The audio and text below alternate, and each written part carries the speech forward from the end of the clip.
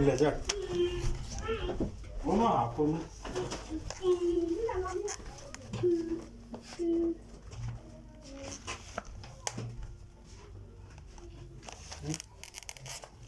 Ya, dia sundar monkey. Ode. Hello.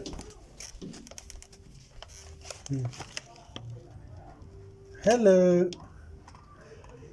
Monkey. Dia bari. Adian.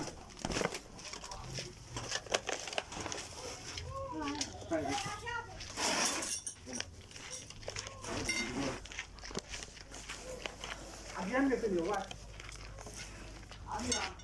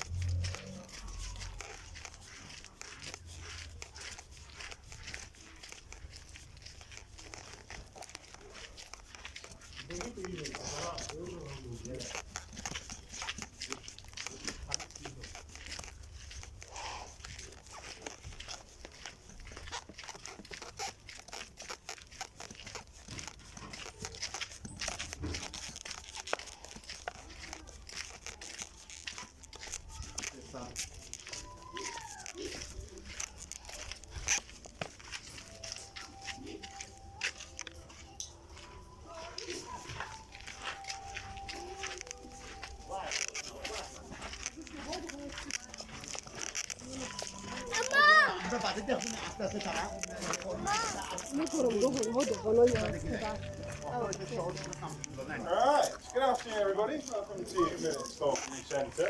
My name is Ross and shortly we'll be flying some of my fantastic birds to you guys. Now before I begin, a little bit of health and safety briefing and a public service announcement. If any of you have a Stitch face mask and it's missing in front of my Volker apron, it's obviously fallen out of somebody's pocket. But health and safety wise, if I could ask you guys to please remain seated during the course of the demo, so no jumping up, running around, waving arms about, etc. And if any of you make it beyond the fence in front of you, I will consider you fair game, so please keep that in mind. If you've got any food upon your persons, please hide it now. If the birds don't want to come and steal it off you, there's a pretty reasonable chance that I might not have my breakfast or my lunch yet today. And last but not least, if you wish to leave during the course of the demonstration, I do ask that you wait until I'm swapping birds over. That way, no bird's going to fly into the side of your head as you're leaving, and I don't have to feel sad about my audience walking away from me. But we are going to get started. So I am going to go and unleash our first bird. Now we're back with you guys in just a moment.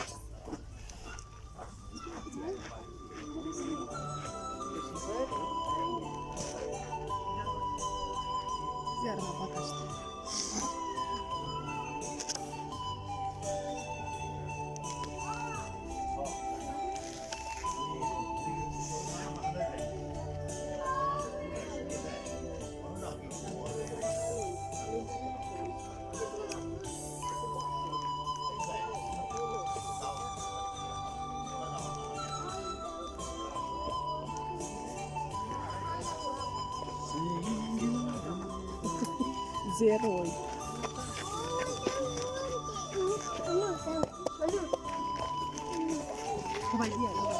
Alright, so first and foremost, we have got one of my favourite birds, the centre. This is the rather lovely Ray Ray. And Ray Ray is what's known as an African spotted eagle owl. Now, she is a personal favourite of mine for a couple of different reasons. First things first, I really like this bird because I have quite a special relationship with her. Now, obviously, throughout my time here, I've got to know many of the birds quite well, quite personally, but none quite to the same extent as little Ray. And that's because Ray grew up with me. She's been alongside me since every day. As a youngster, when I picked her up, she used to come home with me every night, travel to work with me every day. We used to spend all of our time together. So essentially, I got to take on the role of, as it were, her parent. She looks at me as if I was the food provider, which is the job I was fulfilling. Hence why she's still very chatty with me. That's the way she says to me as mum, I'm hungry, give me some food if you have some available. It's not necessarily even a thing that she does when she wants food anymore, more just become a force of habit, so to speak. Now, I have known her most of her life, therefore, because she's still a young bird. She's only around about sort of 15, 16 months old. She's fully grown, fully feathered, she's as big as she's ever going to get. Birds of prey have no choice but to grow up rather quickly. If you don't grow up rather quickly, very simply put, you don't survive. So these guys are leaving the nest fully grown at the age of around 6 to 8 weeks. And the same sort of thing happened with her. So she was with me from 10 days old till she was around about 6 or 7 weeks of age, and then she moved into her aviary and became, so to speak, an independent bird. So she moved in and had a place of her own. But still to this day, we obviously maintain quite a close bond because she still comes out here and works with me pretty much every day. But it's not just the fact that I have such a close personal relationship with her that makes me like this bird so much. I also particularly like the fact that she's a little bit of a rule breaker. Because there are some things that we are taught and told about our owls that simply aren't facts in the way we believe them to be. For instance, one of the biggest myths about owls, so to speak, is that all owls are nocturnal. When there are 220 owls that call this planet home, not all of them are going to be nighttime hunters. So you see owls all across the world, and you see them across all sorts of different habitats and all sorts of different times of day. And in fact, owls will hunt at any time of day. They're not necessarily exclusive. They might have preferred times of day for hunting, but they are capable of hunting whatever the conditions outside.